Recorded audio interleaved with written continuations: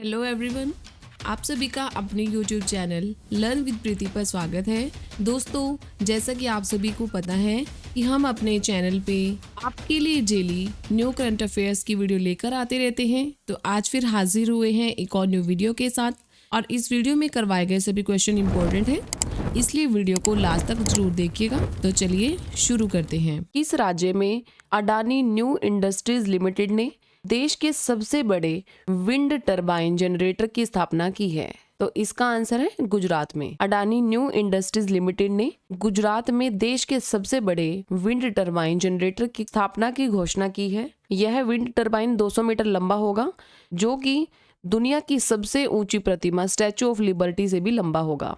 Statue of liberty की जो लंबाई है वो है 182 मीटर, लेकिन जो ये पवन टरबाइन बनाया जाएगा इसकी लंबाई होगी 200 मीटर, जो कि देश की या दुनिया की सबसे ऊंची प्रतिमा से भी ऊंची होगी।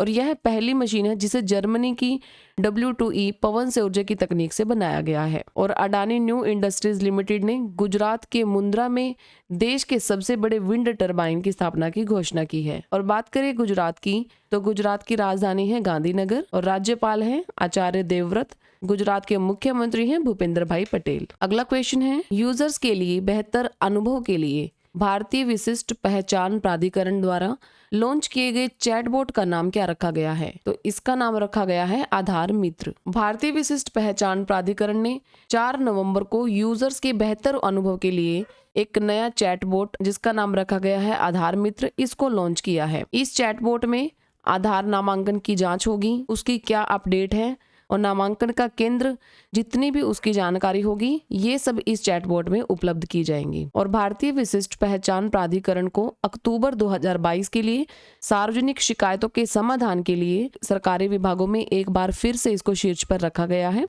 अगला क्वेश्चन है, किस राज्य के मुख्यमंत्री द्वारा ई उपहार पोर्टल और सीएम डैशबोर्ड को लॉन्च किया गया है? तो ये लॉन्च किया गया है हरियाणा के मुख्यमंत्री मनोहर लाल खट्टर द्वारा। हरियाणा के मुख्यमंत्री मनोहर लाल सीएम डैशबोर्ड और सीएम उपहार पोर्टल को लॉन्च किया है। और सीएम डैशबोर्ड पोर्टल से सभी विभागों की वास्तविक समीक्षा की जा सकेगी और सभी जितनी भी मुख्य योजनाएं होंगी उनमें क्या क्या निर्णय लिए गए हैं वो जानकारी भी सीएम डैशबोर्ड पर उपलब्ध होगी। और जो ये डैशबोर्ड है वो अत्याधुनिक बिजनेस इंटेलिजेंस सॉफ्टवेयर के साथ इन हाउस विकसित किया गया है। अगला क्वेश्चन है, कॉलिंस डिक्शनरी ने किसे वर्ड ऑफ द ईयर 2022 चुना है? तो इसका आंसर है फर्मा क्राइसिस को। फर्मा क्राइसिस को कॉलिंस डिक्शनरी ने वर्ड ऑफ द ईयर 2022 चुना है। और यह शब्द कॉलिंस का नया संस्करण है जो अस्थिरता और असुरक्षा के युग को दर्शाता है। और यह चल रहे यूक्रेन युद्ध को भी इंगित करता है, जिसके परिणाम स्वरूप जीवन यापन की लागत में वृद्धि हुई है।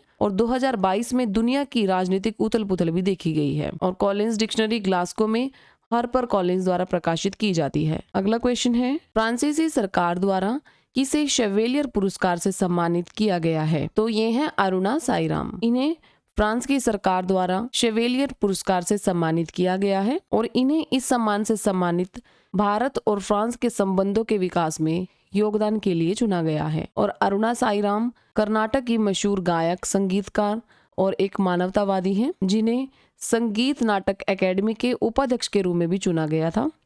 और इसके अलावा ये तमिलनाडु सरकार के क्लेमामणि पुरस्कार, मध्य प्रदेश के कालिदास सम्मान से भी सम्मानित हैं। और इसके साथ साथ अरुणा साईराम को US congressional award of excellence भी मिला है। और न्यूयॉर्क शहर और सैन डिएगो शहर के मेयर द्वारा भी इनको सराहना मिली है। अगला क्वेश्चन है, हाल ही में इजराइल के प्रधानमंत्री के रूप में किन्हें फिर से चुना गया है? तो ये हैं बेंजामिन नेतन्याहू। इन्हें दोबारा से इजराइल के प्रधानमंत्री के रूप में चुन लिया गया है। और इससे पहले नेतन्याहू ने 1996 से 1999 तक और फिर 2009 से 2021 तक इजराइल के प्रधानमंत्री के रूप में काम किया है। और इन्हें जून 2021 में रिश्वत और धोखाधड़ी के आरोप में सत्ता से हटा दिया गया था, लेकिन फिर से इजराइल के प्रधानमंत्री के रूप में चुन लिया गया है।